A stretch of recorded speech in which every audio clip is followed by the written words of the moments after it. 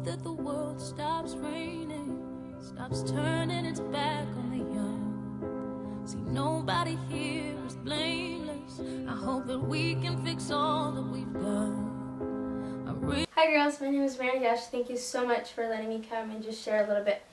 So the thing that I'm going to talk about today is, I think, something that everyone has experienced or encountered when they were younger, or it's something that you're facing right now, and that is identity.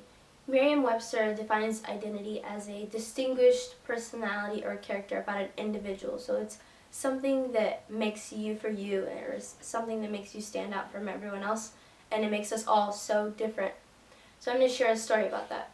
So there's a young girl, came from a pretty large family. They came all the way from Africa to the States, and her parents were hard workers, and they worked for everything that their kids needed. They provided the materialistic, the physical things that they needed.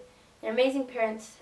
However, when it came to disciplining, the parents opted off to physical abuse and verbal abuse. The youngest girl growing up received a lot of verbal abuse, so you can imagine the things that she heard. You're not good enough, you're stupid, you can't do this right, you'll never do it right. And so because that was the culture and that was the environment that was built there, that's all that she knew and that's all that she heard of. So as she grew older, she started going to high school, started working and just going different places, and she would hear the opposite of everything that she heard at home. And so she began to wonder and start to question, what is this? She becomes so surprised when people would give her a compliment, like, you're beautiful, and she would always have something negative to point out. Oh, well, it's because I did this today, or I put this on today. She always had an excuse. And so as she grew older, she began to journey and ask herself, who am I and what do I believe and how do I see myself? And so today I just want to encourage you and say that that story is me. That little girl is myself. And so growing up, it was a huge challenge of not knowing who I am and not knowing how I see myself. One thing that my high school psychology teacher always said was, the more we see it, the more we hear it, the more we know it, the more we read it, the more we believe it. So the more we keep saying things over ourselves, the more we'll believe it. So I want to also challenge you in this. If for you right now, it's the friends that you have that you call your best friends, or even if it's home, or say it's a relationship that you're in right now with a certain guy that necessarily isn't positive or it's healthy for you right now, maybe for right now you have to take a couple steps back and just allow yourself to figure out who you are and how you see yourself, and what are the things that have been positive out of those relationships, out of those friendships that you have gained, and what are the negative things that you notice that maybe you were so used to hearing all the time and you guys joke about it, but it became the culture and that was something that you were used to. And so I also want to challenge you and help you and encourage you and say that it's okay to be different. For me, I always grew up wondering why I look so different. I'm from Africa, and so I always wondered why I stood out from everyone else in the crowd. But it was something that I embraced as I grew older, and I understood who I was, and I understood what I was made for. And it's something that I believe that we all have to understand, and we all have to come to a conclusion that I truly believe that if we don't know who we are, if we don't know what we're made for, then we've allowed ourselves to just stay in this circle, and we've limited our abilities and our capabilities, and we've just almost put limits on ourselves, and we've put ourselves in a circle, or you could say a box, and you've allowed yourself to just stay in those four walls.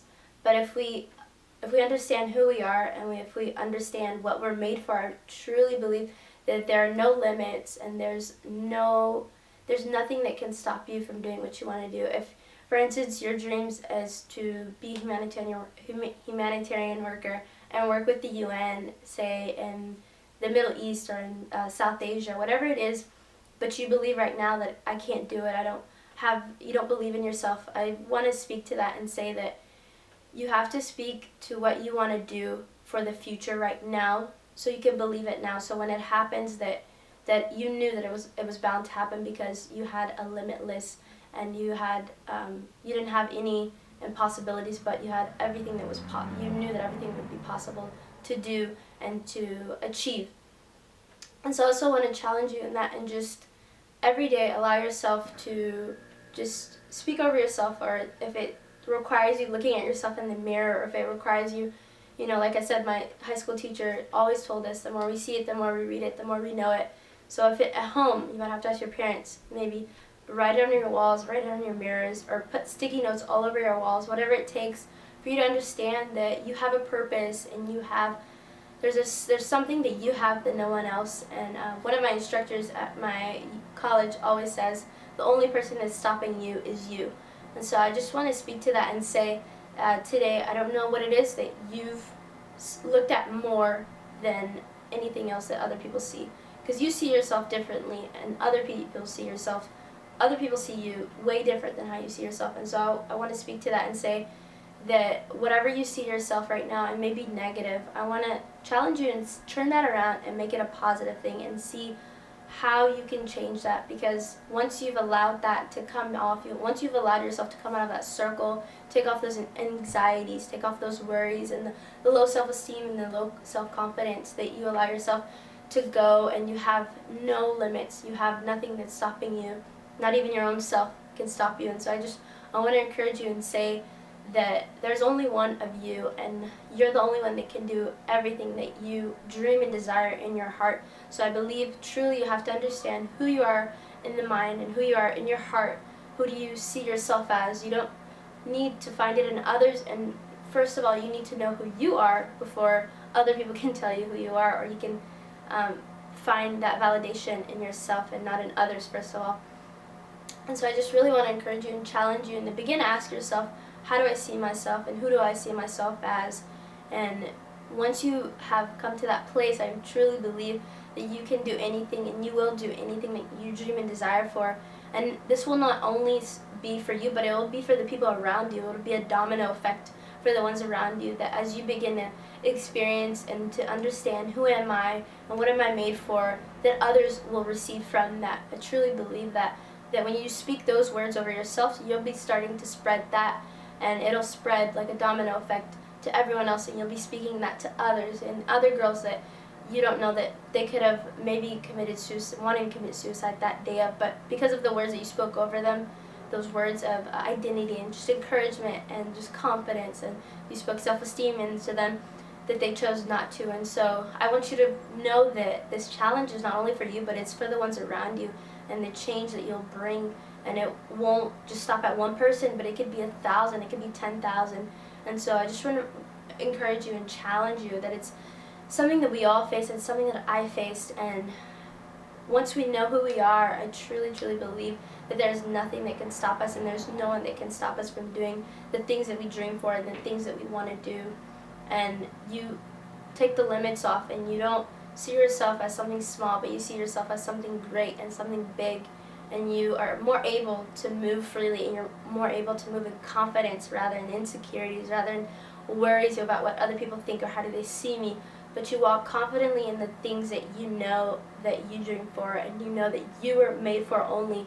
And so I really want to say that there is only one of you, and the only person that can do it is you. And so I want to challenge you today and remind you that every day that you go anywhere, just to speak words of encouragement over yourself. If it's one word, if it's 2 words, it may sound silly, but you can say it in your head, or it looks like you're talking to yourself. But if that's what it takes, I want you to do that, because it's something that will benefit you, but most of all, it'll affect many, many, many people, and even the ones in your household, the ones that you love that might have done that to you. But you can turn it around and love on them and encourage them with your words. And even for the relationships, your best friends or anyone that you encounter. Yeah, thank you so much.